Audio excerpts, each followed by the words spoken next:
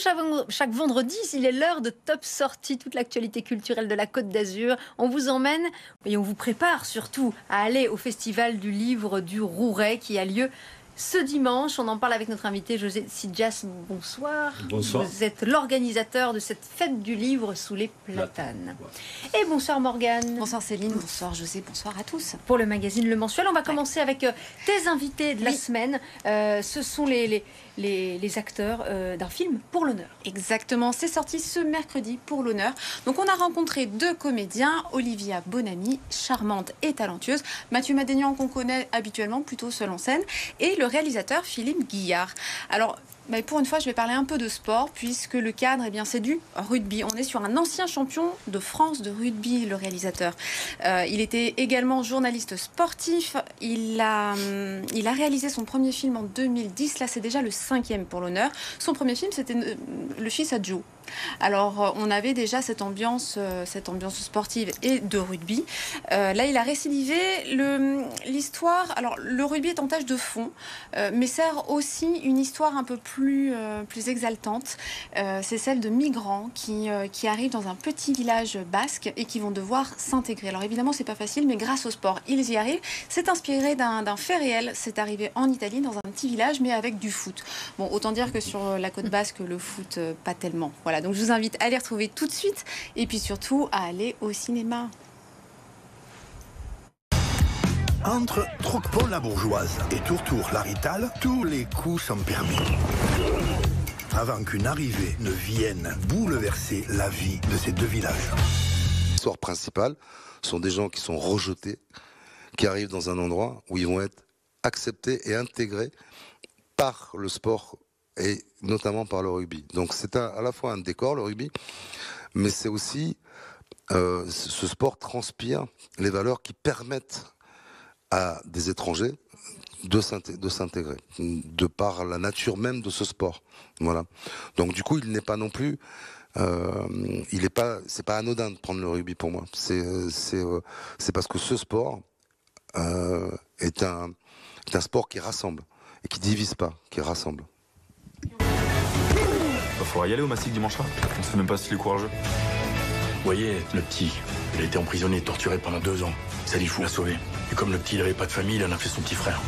C'est ça que j'appelle le courage, moi. C'est vrai que des personnages comme ça, c'est vraiment des cadeaux parce que moi j'étais hyper fière d'interpréter une femme comme ça qui véhicule ces valeurs-là avec autant de simplicité aussi. Et c'est vraiment assez génial de pouvoir faire des personnages comme ça dans des films comme ça qui véhiculent comme des valeurs très très humaines. Mais ça c'est inhérent à l'écriture de Philippe. Philippe est comme ça. C'est ça que j'aime dans son cinéma aussi. Gagné ou perdu.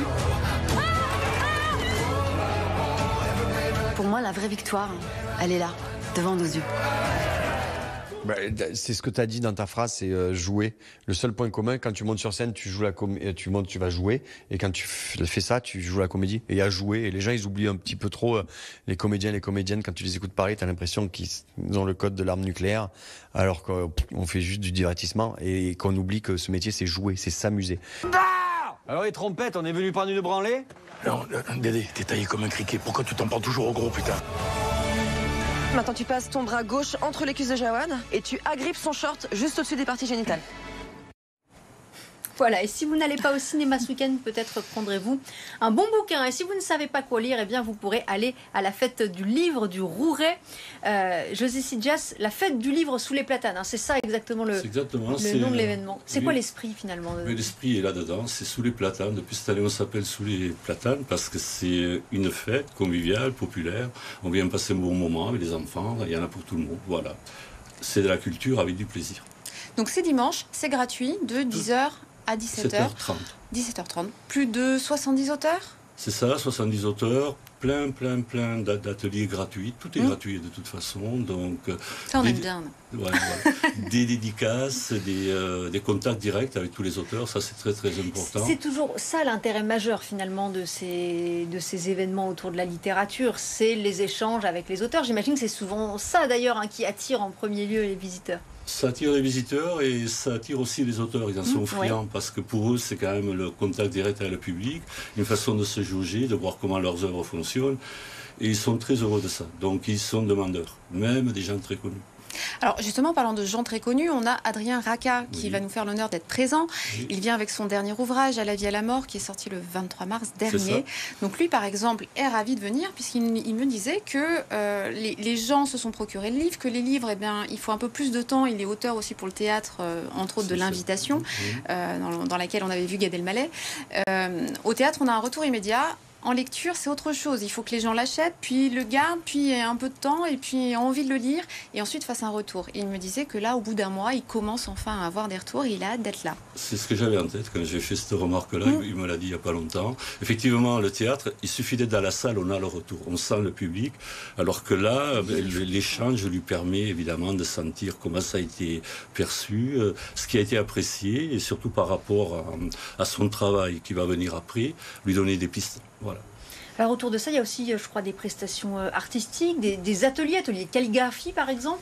C'est ça, Stéphane Le Trio. L'idée, c'est quoi? C'est de diversifier un petit peu autour Exactement, du livre. passer un moment, voilà, qu'on ne défile pas uniquement en ayant quelques échanges, qu'on se pose tranquillement. Le gamin fait un atelier qui lui convient, les parents également. Par exemple, la calligraphie avec Stéphane Le Trio, c'est quand même un calligraphe très très reconnu. Il a travaillé dans tous les principaux nouveaux bâtiments de Grasse. Il travaille aussi au Festival de Cannes, donc il propose des choses nouvelles chaque année, des choses de qualité expérimentale. Donc c'est intéressant. Donc des ateliers de qualité et de l'échange, c'est vraiment ça l'idée. Exactement. J'ai vu aussi qu'on avait du slam. Oui, par exemple, donc on est vraiment autour des mots. Il y a l'écriture, la lecture, mais on est autour des mots. Il y a aussi l'écriture de scénarios. Oui, tout à fait, l'écriture de scénarios, puisque c'est des scénarios de Heroic Fantasy qui s'adressent aussi à un public plutôt jeune, avec Malric, qui est un auteur extrêmement connu. Donc, et voilà, il y a eu des années où c'était plutôt le dessin. Cette fois-ci, c'est comment on fait le scénario de l'histoire. Sous les platanes du Rouret, 9e fête du livre, donc c'est ce dimanche de 10h à 17h, 17h30. 17h30. Et tout est absolument gratuit. Merci beaucoup, José Sidias, d'avoir été sur notre plateau. On va passer à l'agenda du week-end.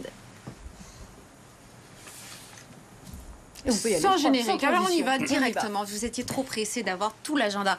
Alors Love Letter du théâtre au Théâtre National de Nice au Franciscain du 16 au 19 mai avec Brigitte Fosset qui nous avait fait le plaisir de venir ici même en plateau et Jean Sorel.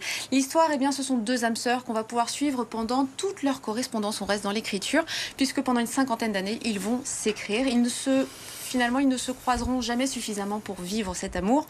Mais voilà, on va les suivre tous les deux. Ils sont assis côte à côte face au public et ils nous lisent des textes magnifiques. Des spectacles, on reste encore une fois dans les mots avec Félix Radu. Les mots s'improsent. Il a seulement 27 ans. C'est un féru de littérature et de poésie. C'est un comédien de talent qui est d'ailleurs surnommé non sans pression, le petit prince de l'humour. Donc là, j'ai envie de dire que voilà. On pourra le voir le 12 mai à Puget-sur-Argence à l'espace culturel Victor Hugo. Ensuite, de la musique, de la grande musique, avec des concerts assez différents. Le festival Playback à Draguignan, qui débute demain et qui se poursuivra jusqu'au 23 mai. Il y a 5 dates. Je vous invite à aller sur le site du théâtre Théâtre Andrasseni, je vais y arriver, pour trouver toute la programmation du classique et de la danse. Autre chose, dans un registre un peu classique, Youssoupha. Youssoupha, le rappeur, gospel symphonique, expérience le 19 mai à Sainte-Maxime au Carré. Il est accompagné pour revoir un petit peu ses textes, son répertoire de l'orchestre de Cannes et un chœur de gospel. Voilà. Merci beaucoup Morgane, très bon week-end et à la semaine prochaine. Et quant à nous, on vous donne rendez-vous lundi pour Planète Locale. On vous parlera du salon pour mieux vivre. Ça va se passer à Nice dans les jardins Albert Ier du 12 au 14 mai prochain. Il sera question de bien manger, mais pas seulement.